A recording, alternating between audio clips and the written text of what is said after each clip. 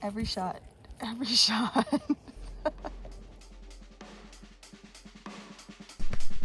I think that should be it. I have a new mic. Hopefully I sound more normal now. I think like every video I've done so far, it's been like so many S sounds. Okay, nighttime setup. I have a light, I have a mic, let's just do it. So, while I was in California, I took a trip out to the Sierra Nevadas. Hello. What are you doing here? When I got to California, I was in California for a little bit. I rested after my big cross-country expedition with Sailor, car camping. I went to Tahoe with my brother and sister-in-law and their kid, my niece. I did some really creative camera work trying to capture our kayaking, and I missed.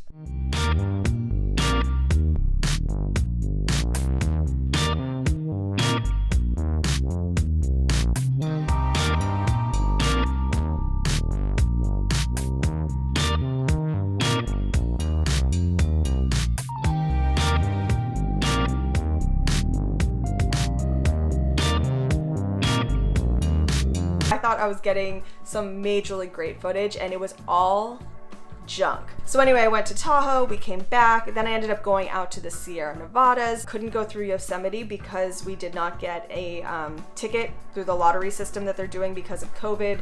So I ended up going up north to the Sonora Pass to go over. It was really something. I went to this overlook and I'm kind of looking down over this giant lake. You know, it's just these like glacier carved valleys and canyons.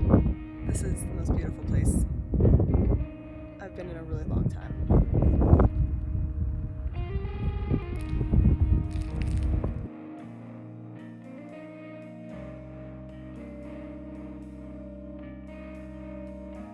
We're winding our way through the Sonora Pass.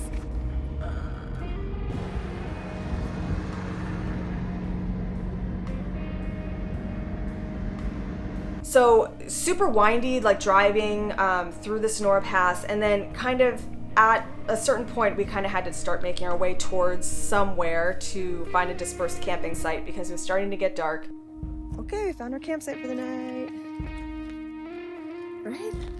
It's not bad. That's pretty.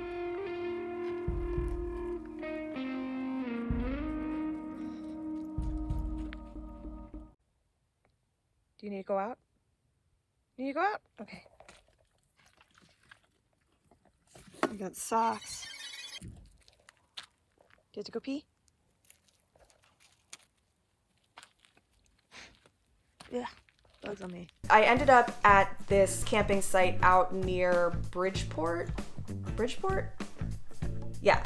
Out near Bridgeport, California, which happened to be really close to some hot springs.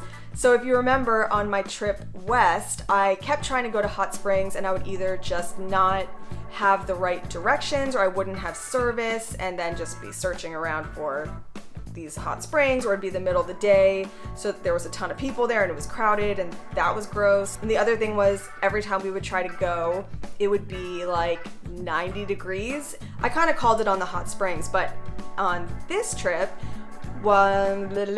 it happened to be near some hot springs. So the next morning we woke up super early. It was really cold out still. One little thing about this trip is that I forgot to bring socks. I forgot to bring appropriate socks. So in all this footage, you're gonna see my sailor face socks. They're just like blue socks with sailor's face all over them. So fashion, look it up. The footage I took and I'm kind of walking up to the hot springs with Sailor. I look so tired and my nose is red. I look tired. It's cold. We camped out here near some hot springs in the eastern Sierras in California. We're camped over there. It's just us and one other van and then somebody else higher up. Not bad. It was like this nice little like mile-long hike up to these hot springs, and no one was there, and it was amazing.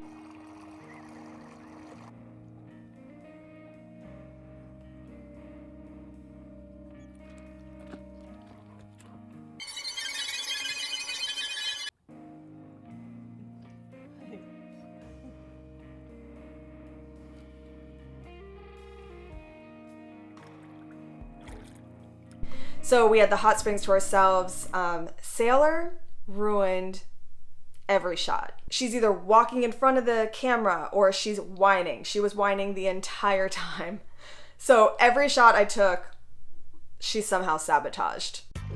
What are you doing?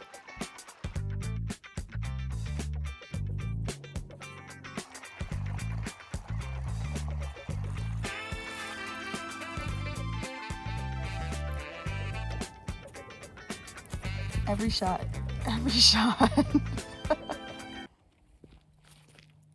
Can't take her anywhere. Thanks for that. Next.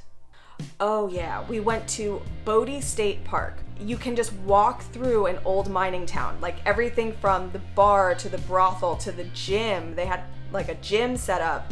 It's this whole area where you can just walk around this town. There's like a graveyard there. Highly recommend if you're in that area, go to Bodie State Park. It's worth it. It's worth the little detour to go there. From there, we kind of drove down to Mono Lake, which I had no idea what to expect there. Headed to Mono Lake, to the Tufa area, apparently. What is this place? There wasn't a lot going on there. I wasn't really sure where to go or what to see, and you know, it was kind of cool just to like look out over the lake, but it wasn't somewhere where I really wanted to be like spending time. But we stopped, we looked around, it was nice to see.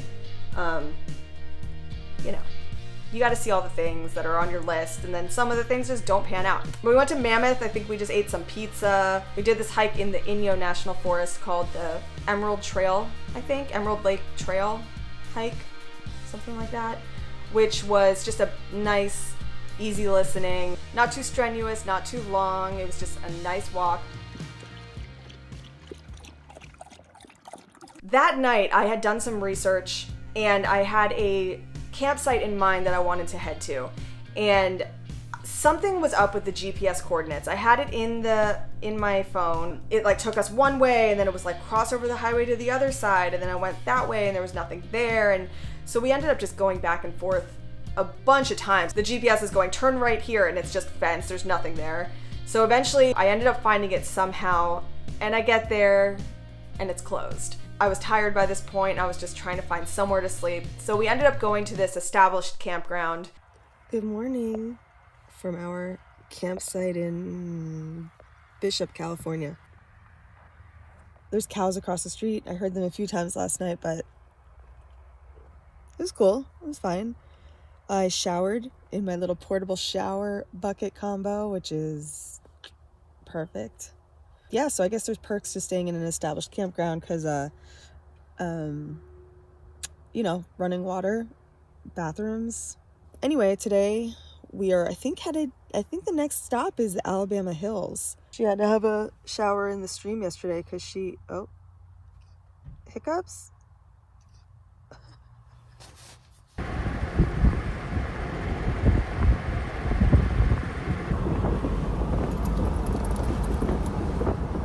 Yeah, so I actually found a hike for the next day in the John Muir Wilderness near Independence, California. There was this awesome hike, the Kearsarge Pass.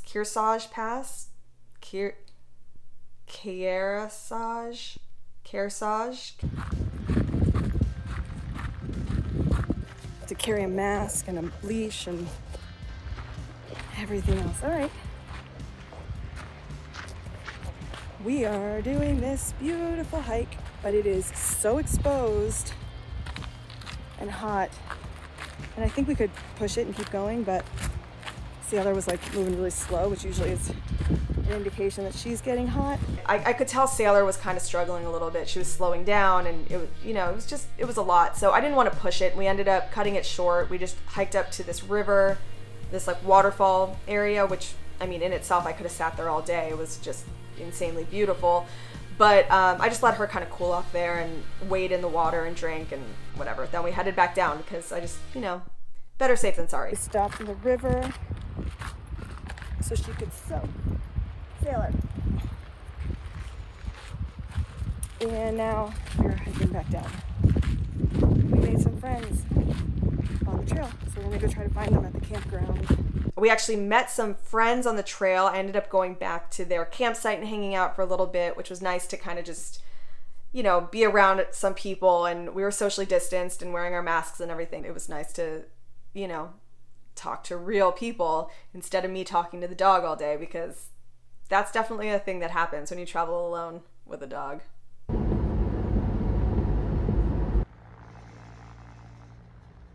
The Alabama Hills. The Alabama Hills. This is where everyone has to go. I feel like every van life, car camping video, Instagram, social media thing of any sort, everyone's at the Alabama Hills. And it is really, really cool, I have to say. Like, I get it. I get why everybody goes there, because it is just, you feel like you're on Mars. It's just red and these huge rock formations, and there's so much space and it's open.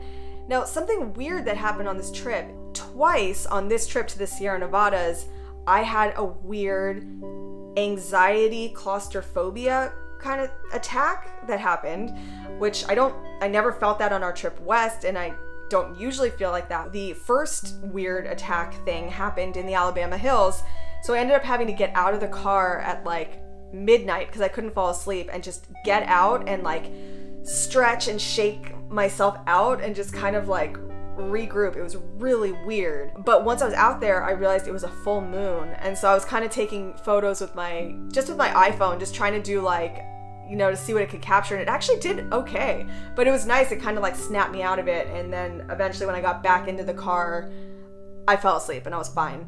This was also the point in the trip where I ended up forcing Sailor to sleep on her own bed next to mine. And once we did that, once we had kind of established where she was gonna sleep, I did feel better about like space-wise. I didn't know if that was why I was feeling claustrophobic, but I figured, can't hurt. She's got to learn to sleep on her own bed over there. Yeah, we spent the night in the Alabama Hills. I recovered from my weird anxiety, claustrophobia attack, whatever that was, and we hit the road. So our plan was to go to Sequoia and Kings Canyon National Parks, which are attached. They're kind of like two separate parks that are grouped together. But there's no way to get to the parks from the east side over the mountains. So I had to drive down around the south end of the Sierra Nevadas and come back up and go into Sequoia National Park. We reached to the trees.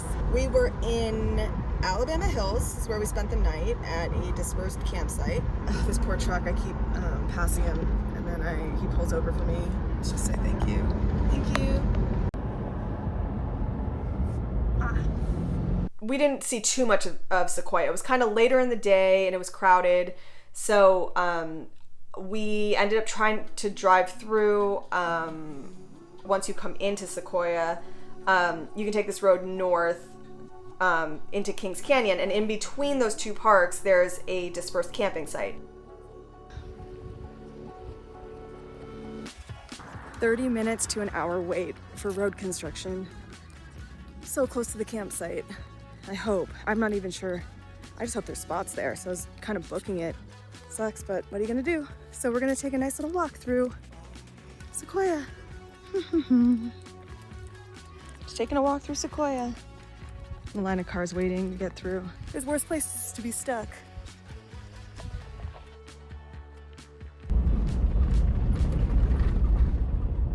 Right in between the two parks, there's that national forest, and so we got to do some dispersed camping there, which was convenient. So it ended up kind of being crowded by the time we got there, so I'm glad we went when we did. We got through when we did. Sailor got to run wild, just kind of around the area.